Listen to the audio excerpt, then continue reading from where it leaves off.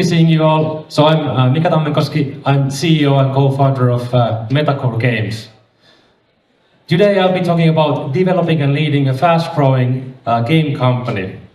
I'll be sharing our playbook, or most of our playbook. It doesn't mean that I would think that this is the only way or the best way to be building companies. But I hope that I'm able to inspire you with some of the things, how we have been doing things. I would actually encourage you not to do things in the same way that we do, because there are countless ways of building companies and scaling companies. So I encourage you to find your own way.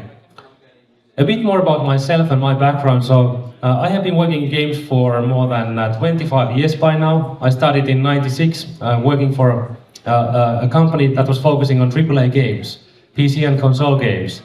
And over the years, I have been moving towards the broader audiences and more casual audiences. I'm really a typical person to be working in games myself. So as a small boy, I got excited about games in early '80s, and I formed this naive child's dream of making games when I grow up, and I was lucky enough to get into the industry as well. And there is a point to this, why I'm saying this. I'll be getting that to that later on. But first, a bit more about Metacore. So Metacore and our first game, Merge Mansion, were launched in 2020. So about 3 years ago, quite exactly 3 years ago. And during these 3 years, we have grown basically by all measures. Our revenue in 22 was about 130 million euros. We more than doubled from 21. This year we are still seeing a double-digit growth. Our team has grown from 15 people to more than 180. This slide is a bit outdated, it says 150.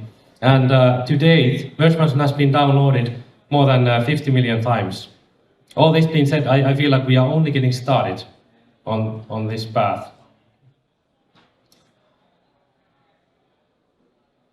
Our mission is to entertain hundreds of millions for decades through our games, but also through our ads, events, and online communities. So we see games as more than merely apps in your phone. We take a holistic look on this. A bit more about this later on.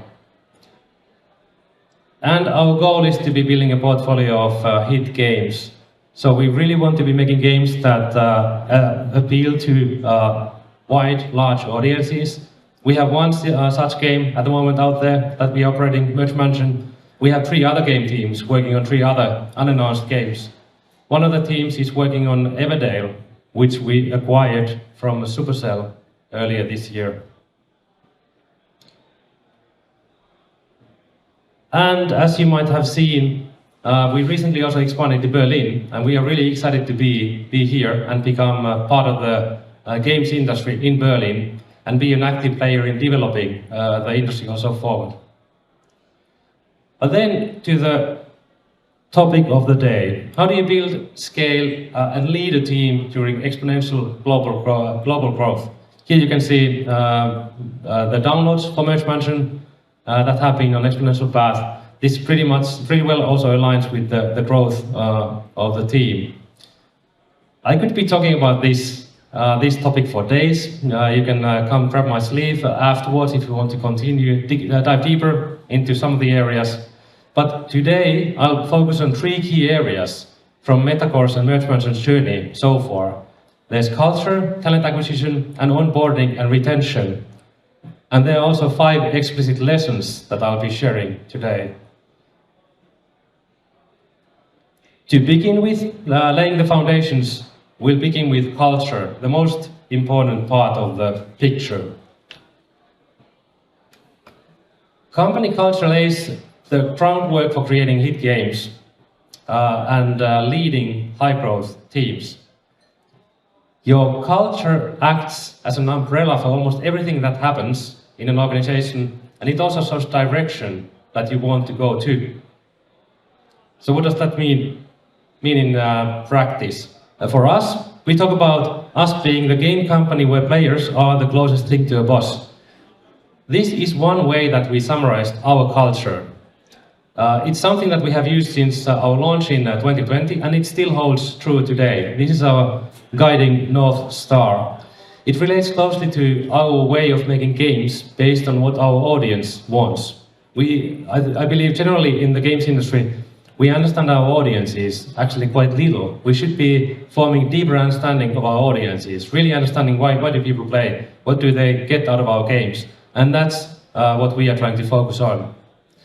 We are using player feedback to guide the positioning, story, character, development, and branding, among other things.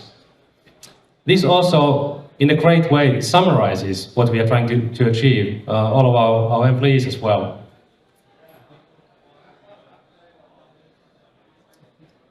The cornerstones of our culture, they are trust, psychological safety, autonomy, and work-life balance. And these are present in our everyday. We trust each other by default, we create psychological safety by sharing, we are explicit about responsibilities to give as much autonomy as possible to people. Autonomy is really, really important for us. And we don't compromise on work-life balance. More about work-life balance as well. There is a business function there as well. To give you a bit of context into how I see culture, I want to tell about my personal culture journey. I had the first touch of intentional culture creation within a company about 20 years ago. And back then, it was not only in this company, but also in other companies, the company culture or values were largely described or defined by keywords. So one example being excellence, integrity, execution, innovation, ownership.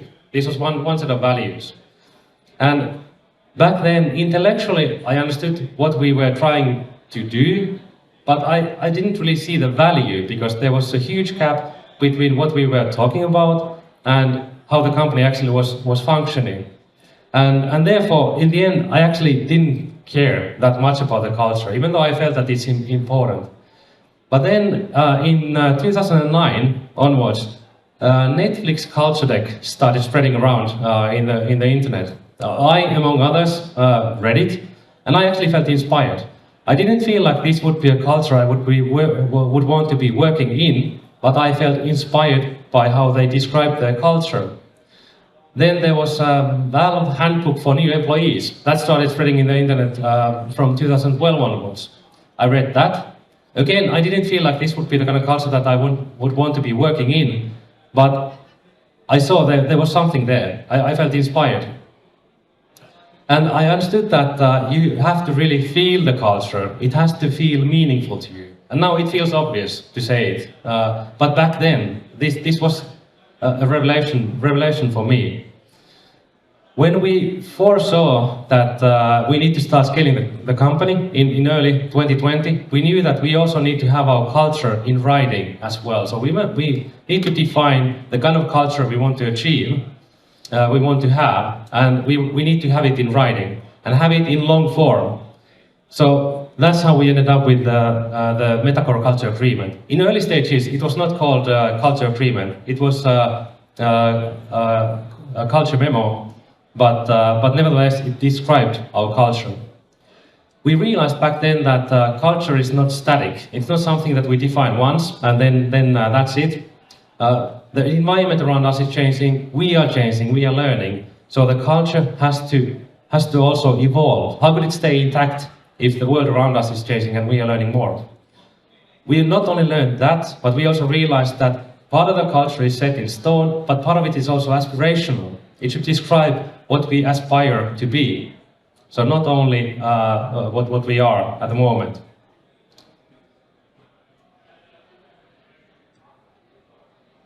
Getting to the first learning. Explicitly define and redefine your culture and make sure everyone in your team understands and upholds it. Our idea was to revisit the culture twice per year. So once we had done our first culture memo, we thought that we would get back to it twice per year. We would discuss among our team and then see what should be changed.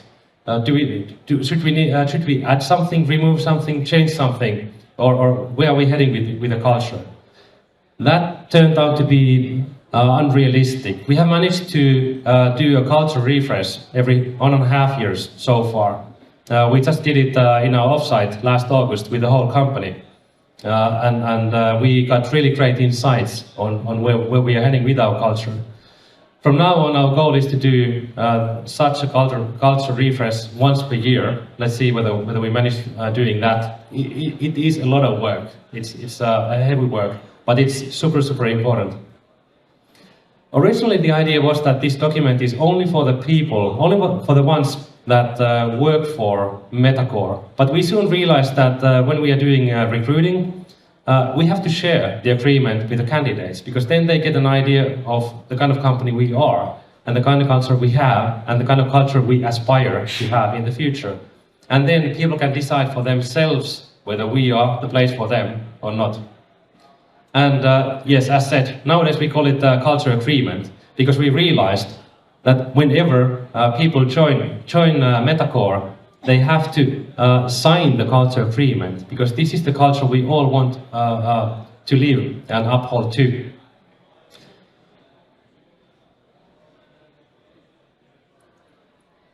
Then to the second part, talent acquisition and recruitment.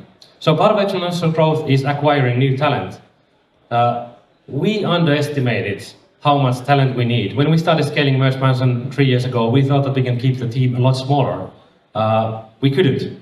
And we still see that we are still not serving our audiences in the best possible way, even today. So we still need to keep on scaling our team.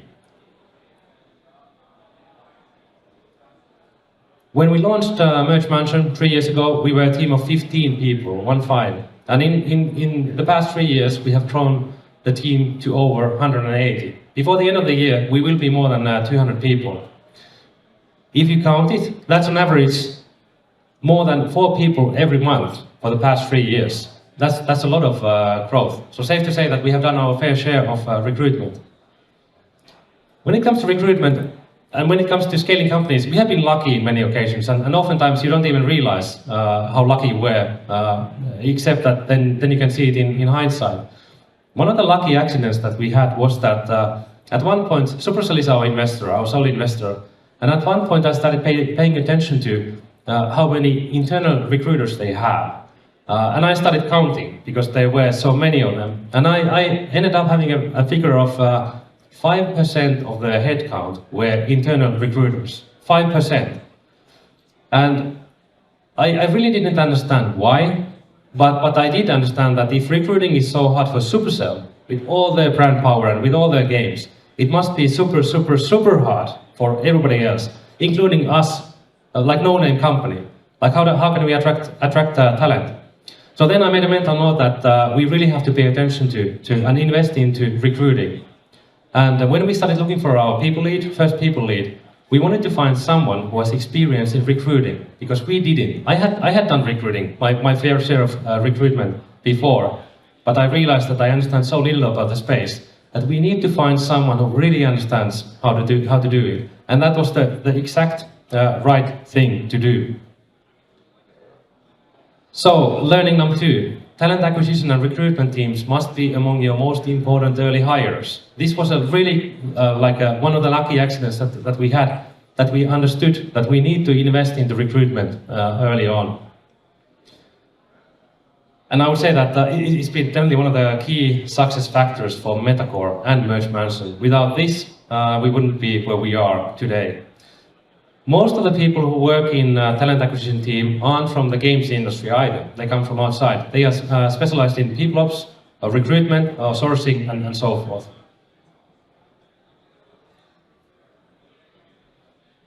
But something we have noticed early on is that you can't just rely on that team alone. So recruitment is every leader's job. And actually, recruitment, it should go throughout the whole organization. Everybody should be doing it in one form or another.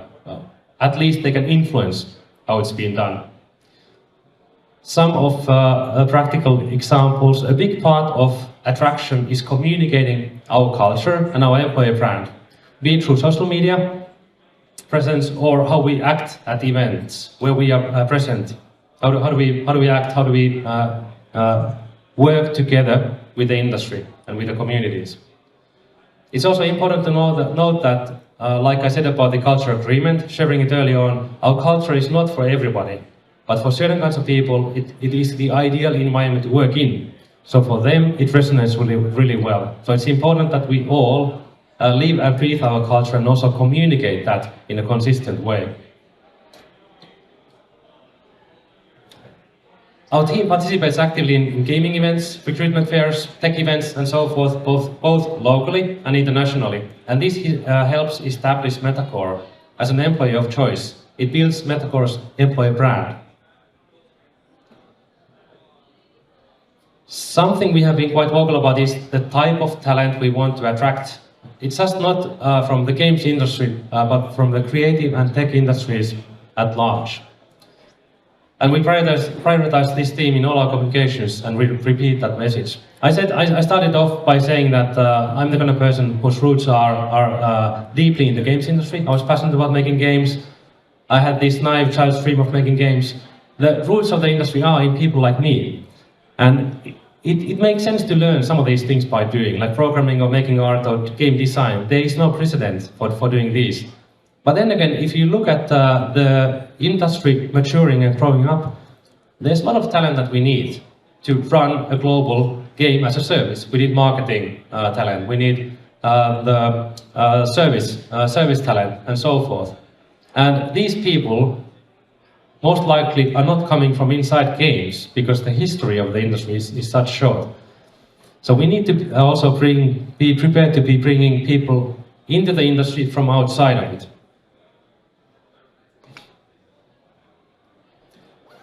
We also have a program for more junior talent to enter the industry. It's our Press Play trainee program. And this is our way of contributing to the ecosystem.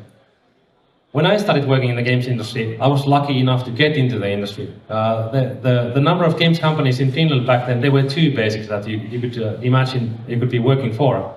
There was Remedy and Housemarque. And both of these companies were more like indie operations back in the day. So I understand my parents were worried about what I'm going to be doing. Over the years, the industry has been growing, but we actually haven't been investing that much into creating pathways for new talent to enter the industry. Nowadays, we have schools where game development is being taught, but we should also carry our share as companies to ensure that there is a smooth path to actually be employed also in the industry. We are doing this at a small scale to begin with, but I hope that over the years we can increase our scale and also that we would be able to work with other companies, other bigger companies who can contribute in the same way to the ecosystem. Then on to the third part. Scaling with purpose, onboarding and retention. It's not enough to grow uncontrollably, but you need to scale with purpose as well. Retention is something that's easily overlooked, so we oftentimes focus on attracting talent, but then retaining talent is equally important, if not even more important. So we believe that there's no point in investing in talent attraction and recruitment if we are not willing to invest also in retention by creating a great employee experience. We regularly measure our employee experience to see how we are doing so that we can stay on our team's pulse. Identify and attend to any issues we have at any given moment. Talent in this industry is the biggest bottleneck. Our growth is being bottlenecked by talent. That's why we are coming to Berlin. We want to tap into the talent pool over here. There are two ways to relieve this bottleneck. The first one is finding more talent. The other angle is investing in the talent you have. And you should be doing both, like really invest into both, but especially in investing and growing the talent that you have. There are three key areas to invest in to build a great employee experience. There's orientation, well-being and performance, and leadership. And now I'll go through these in short. When growing fast, there's a limit to how many people we can integrate and onboard well. So it's not only about getting people into Metacore, but then how do we get them to be as efficient as possible, as early as possible, make them motivated. Onboarding sets the pace and timeline for recruiting. That's the bottleneck, that's the friction. that we need to pay attention to.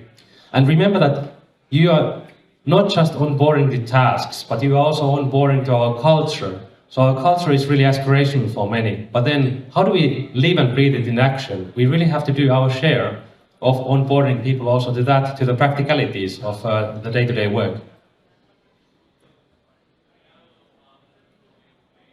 So learning number 3, simply, onboarding sets the pace for recruitment. Onboard team members to your culture, not just their tasks.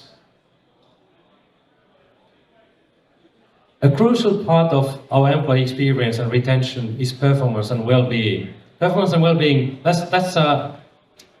games industry is a passion industry. Many people work in games because they really want to be working in games. And performance and well-being go hand in hand. Oftentimes, so first of all, well-being is super important for us to be creative. It's really hard to be creative if there's something that's causing friction for your personal creativity process. But also well-being leads into performance. So when we feel well, we perform better. But then also, because we are passionate about what we do, when we perform, it actually creates well-being as well. So there's this cycle. And this is where we need to be getting into. I believe this not only applies to games industry, but any creative industry at large. We work hard to create psychological safety, to foster work-life balance, and we provide autonomy for everyone. And we have put great effort in creating a company culture that fosters creativity, trust, and longevity as well. And it's important to recognize well-being on individual, but also team and company level as well. So on to the 4th learning. There is no performance without well-being. These go hand in hand. Finally, leaders are in a crucial position in terms of culture, retention, and employee experience. So make sure that you define leadership roles carefully and explicitly. That you train leaders constantly on topics like DEI, internal communication, and so forth. Not just developing their own core competencies. And then also, remember to offer support also to your leaders. Mentoring, coaching, whatever help or support they need. So on to the 5th learning. Leaders are crucial to create employee experience. Invest in support, training, and development of leadership skills too. That was all I had on the slides today. And now I understood we have time for questions. Thank you.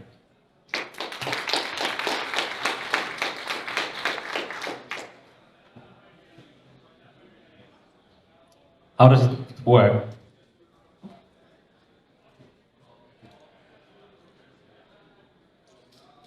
Thanks for the great speech. I'm Alina. My question is, why did you choose Berlin to expand and grow? Excellent question. Why did we choose Berlin? Well, Berlin is such a great place to be in. We took our time in evaluating the place for our second location. So we are headquartered in Helsinki, in Finland. And we have a great talent hub in Helsinki. We know what we were looking for when it comes to healthy ecosystem. And we had a number of criteria that we were looking after.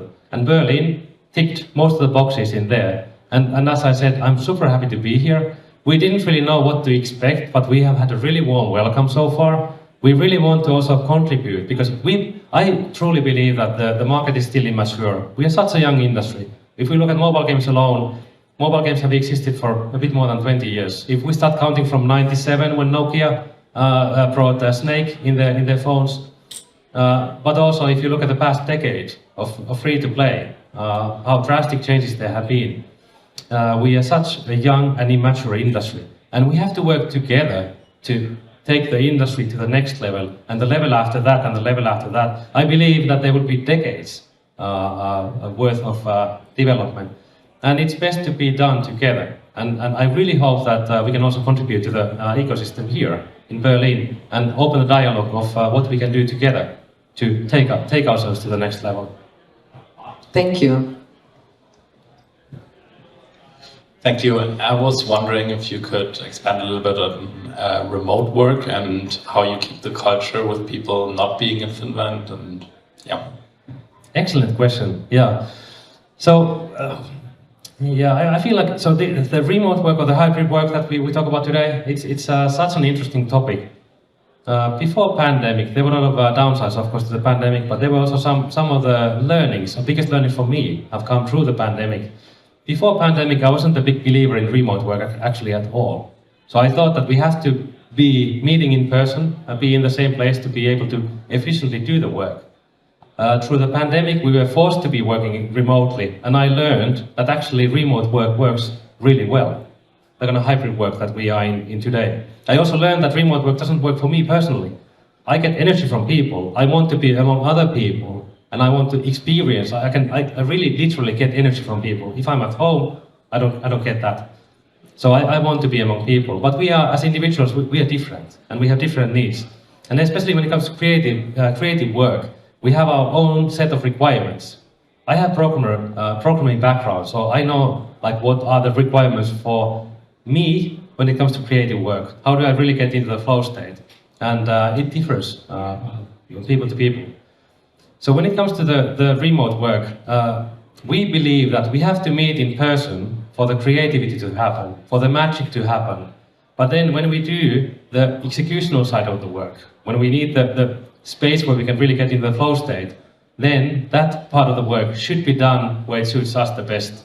For me, it would be still office. I really want to be among people. But for some others, the place is maybe their home, where they can really get into that space. So I think we have to have the flexibility and support people in this regard as well. So I'm a big believer in hybrid work at the moment. Thank you. Hi Mika, I'm Peter. Thanks for a great presentation. You are now nearly 200 people, so you are not anymore picking the best talent yourself in the first round.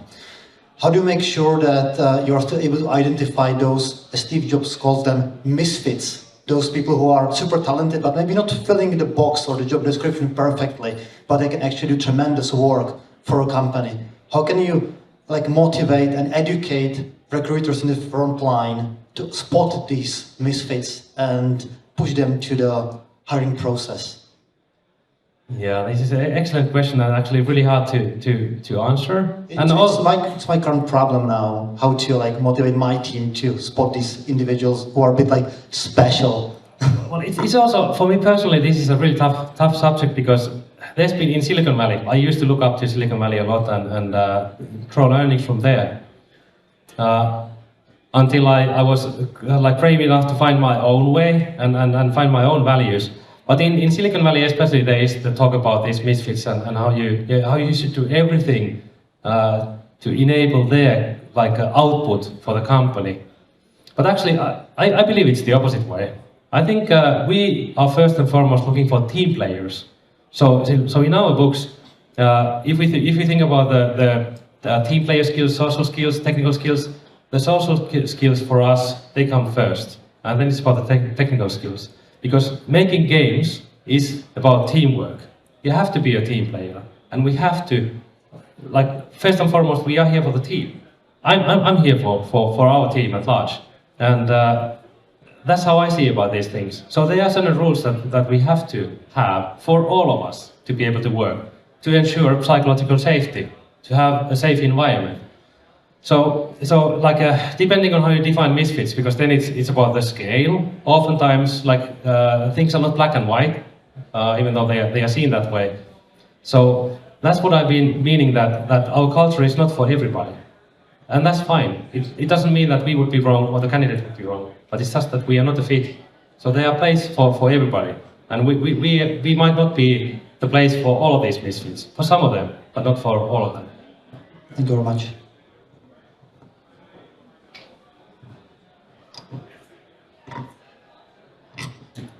Hello, Kamil speaking. Thank you for great presentation. What I'm wondering is how do you check the culture fit? Because it's very exciting. I also hired a number of people to my company for the last years, and how do you check it?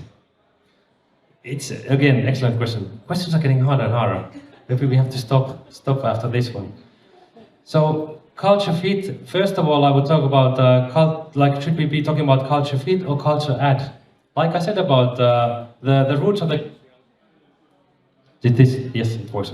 The roots of the industry are people like me. If we would only stay focused on people like me or the people in the early stage, we would stay like a niche industry. We wouldn't be able to grow. So culture add is more fitting to begin with.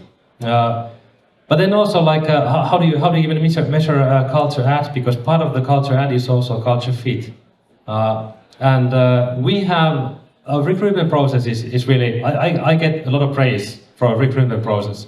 I still do the last interview, and by that time, I see really people who are really excited and fired up about our culture. And we spent the last it's not even really an interview, but it's a discussion about our culture. And I can be like, by the time that these people come speak with me, I can see like a lot of alignment already. They are really excited to start working at Metacore. So I think, well, maybe in short, I'm not the right person to even answer this question, but it would be our talent acquisition team who happens to be sitting there in the second row. But I think it comes down to the team. Many things come down to people. So I'm grateful for having great colleagues who do most of the heavy lifting there. Sorry for lame answer.